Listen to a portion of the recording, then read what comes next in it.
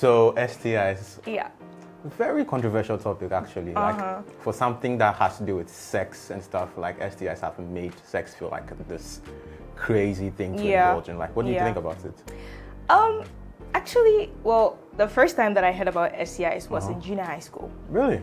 Yeah, social studies. Oh. They didn't teach you? That didn't pay attention in class, though. You're one of those boys at the back. Yeah. Right. Suppose. Yeah, so it was my social studies teacher. He would come. He was very like straight to the point. Oh, really? Like one of those teachers. You know, social studies teachers. They don't brand things. Yeah, like they'll tell you as it is. Yeah. Sex.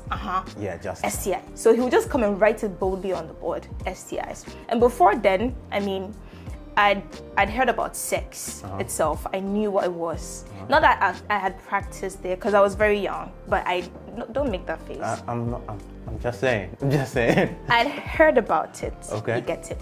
Yeah. So anytime like I'd hear a conversation, or even when I'd go on social media and see, I don't know, sex was just glorified. Yeah. And don't get me wrong, sex is pure glory. Yeah, it is. It actually is. Yeah. Some Not saying, yeah. iconic stuff. I'm just saying. Yeah. But at that point I hadn't heard about STIs. So when I heard it for the first time, I was just shocked. Like it came to me as a shock. Why though? Because it was like, okay, something so magical, but then there are side effects. You get me? So I was like, that's a very dope point. Yeah. Something so magical, something that people talk about like sex, orgasm, bliss, climax. You get it? But at the end of that climax, there's a possibility of you falling over. Yeah. So when I heard about it, I was just like really, really shook. I was very shocked. Most times people associate like sex with STI, so they try to like refrain from having sex all of the time.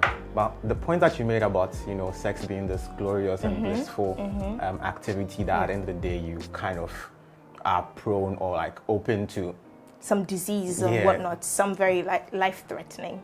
It's a shocker. It's absolutely crazy. It's crazy for real. So speaking of STIs, where exactly did you have like a proper conversation about it? Conversation? Was it with your parents or? Talk about sex with my parents. Yeah, I mean, I think African parents are a bit, controversial when it comes to sex, but. No. What do you think? Nobody had that conversation with me. Really? In my home. Okay, I can't say the same for myself though. You had a conversation? They sat you down and then talked about it with you? Never had the bees and the birds conversation, but yeah. Wait, I'm curious now. I mean, how was it like? I think I had a conversation with my mother that was like roughly a rough idea about how sex is and maybe how to navigate it, and then like making sure protection and stuff comes into play, but it wasn't so like how did you detailed. take it?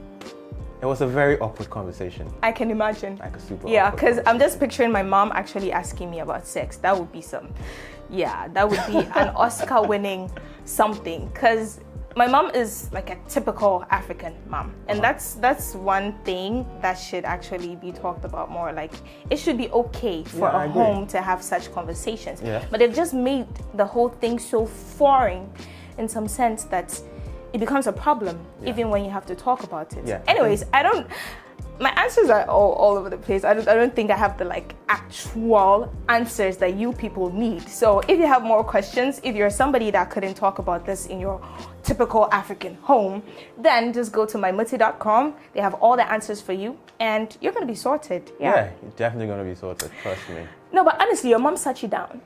Yeah. Very Crazy super weird conversation. Crazy Bees stuff. and the birds and stuff. And my bushes. dog. Crazy. My dog.